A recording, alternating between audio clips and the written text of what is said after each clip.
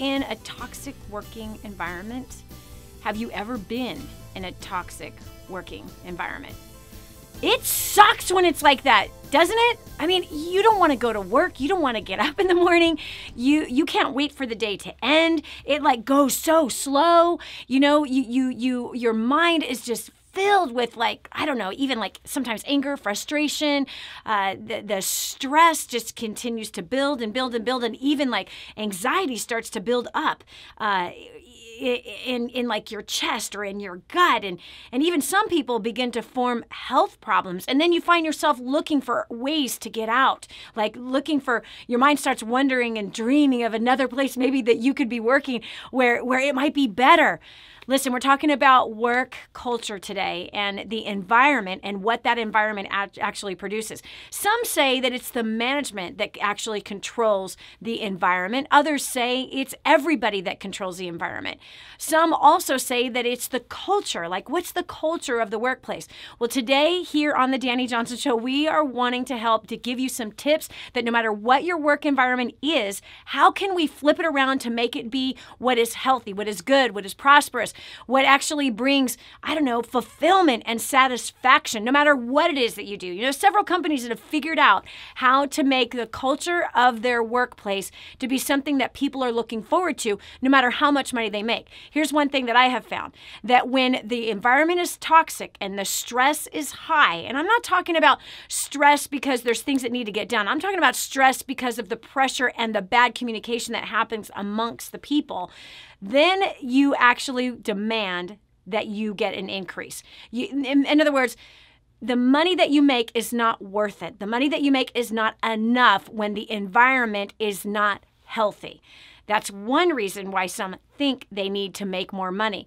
But then you have people who move from, like, I don't know, move to obscure places for jobs in places of like a shoe warehouse because the environment is so good. And it's for a customer service job, that they'll move to somewhere like Las Vegas to work for like Zappos, you know, where you're making $10 to $13 an hour, and you'll move from a nicer place with great weather to come to Las Vegas just to have a better culture to be around. So I believe that culture is even much more important than anything else. So I want to know, we've asked our audience, have you worked in a toxic environment? What do you think that actually causes it? We've got George from Greece. Hey, George, all the way from Greece. Welcome to the Dani Johnson Show. Hi, Dani. Hi. My comment was that a boss is the one who makes or breaks the environment, a great work environment, and that's because I think the boss has to be sensitive in people's needs. Yep. To have a great work environment. Yep.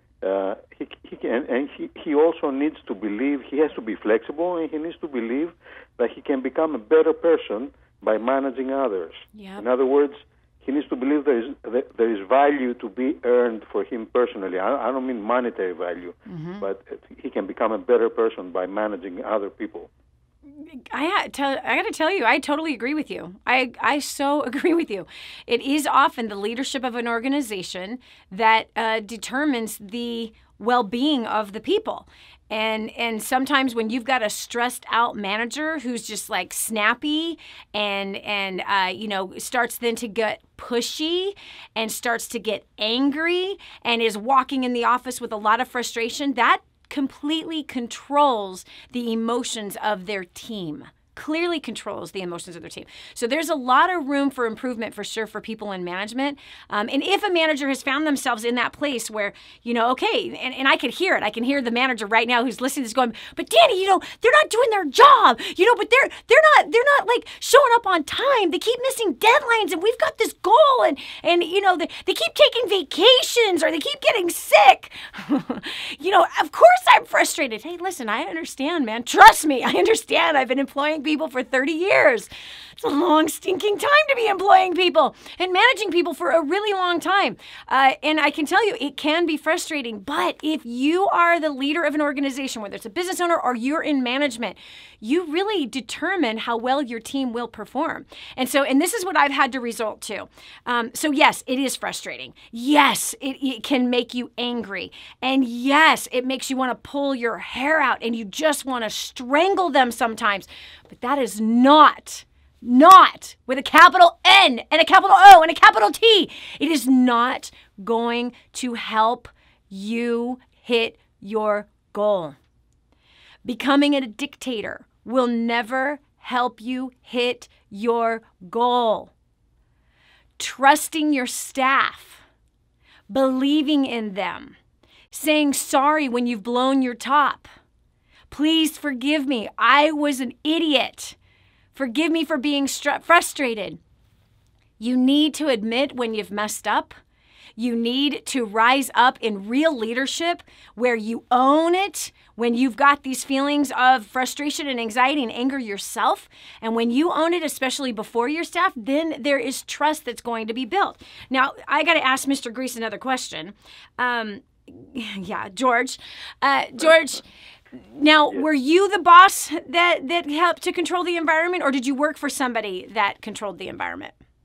For a lot of years, I was working for major pharmaceutical companies, and then for the last 4 years, I was a boss for one of the major pharmaceutical companies here in Greece. Okay, so tell me something. I was setting up the environment. Yes, so when you were working for somebody else, that you were working for the leader, and did you find that some of them blew their top and all of that kind of stuff? Yeah, I had all kinds. Okay. I've been in the business for over 25 years, so I had all kinds. I had the good ones and the bad ones. And I outperformed or I overperformed when I had the good ones, and I wasn't good. And sometimes I left an organization because of my boss or because of my supervisor. George, let's dig into this because I'm loving what you're saying. You are uncovering exactly what it is that we teach. All right, so watch. So you had the bosses. I want you to talk about the bosses that were what you call the bad ones. I want you to explain what kind of environment or how they responded or how they talked to people, because there's somebody listening right now that is perhaps one of those guys. There was a lot of times they did what you said before. They got mad, angry at people. They used to scream in meetings and stuff like that. There was irony involved many times in their while they were talking to the salespeople. Just a bad temper and treating people in an awful manner. Give me one example. You're treating people in an awful manner. Give me one example, if you can.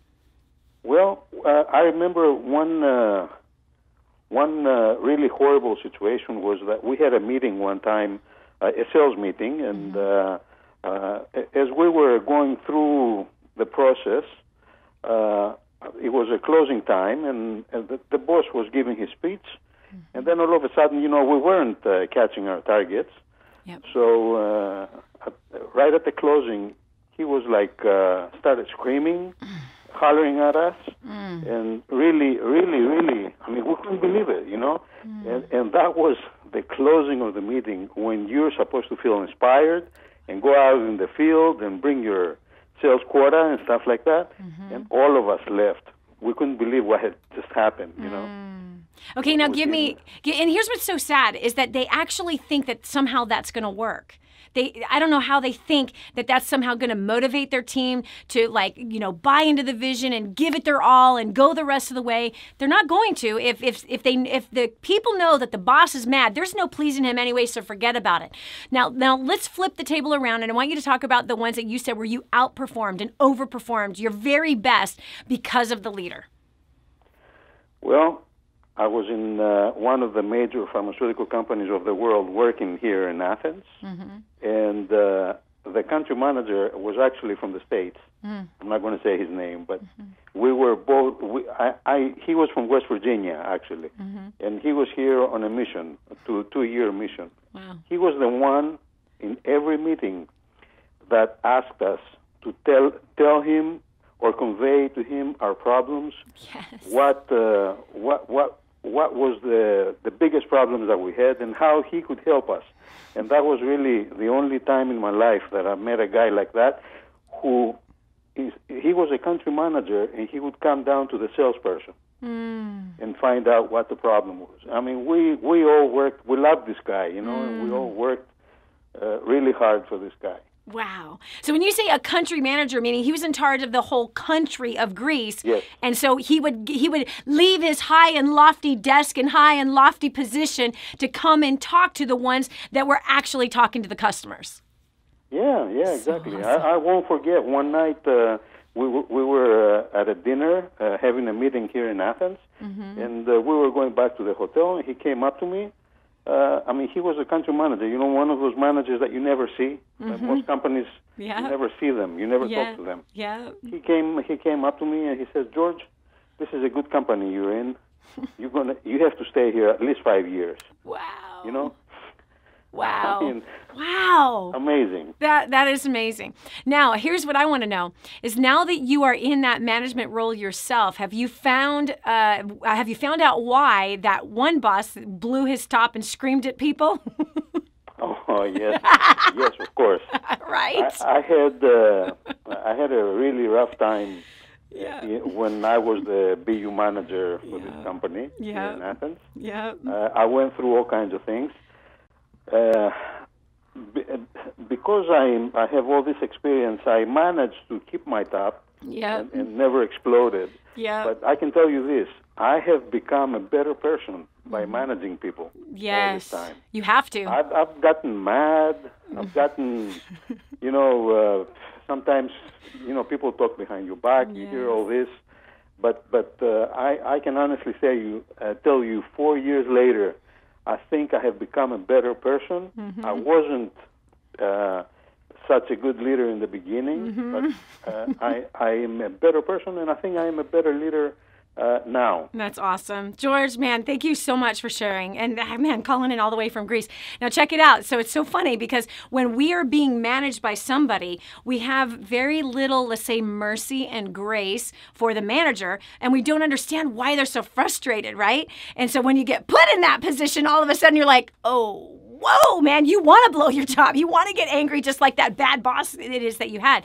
But I love the 3 different dynamics that we've talked about today because it's true. The leadership does contribute largely to the culture. In fact, leads the culture. And so let's talk about 2 different things here. Number one, okay, you can sit there and say, well, yeah, it's their job to control the environment. It's their job to make a difference. It's their job to contribute to the culture. Listen, friend, I don't care who you are or where you come from. You can make a difference in the culture.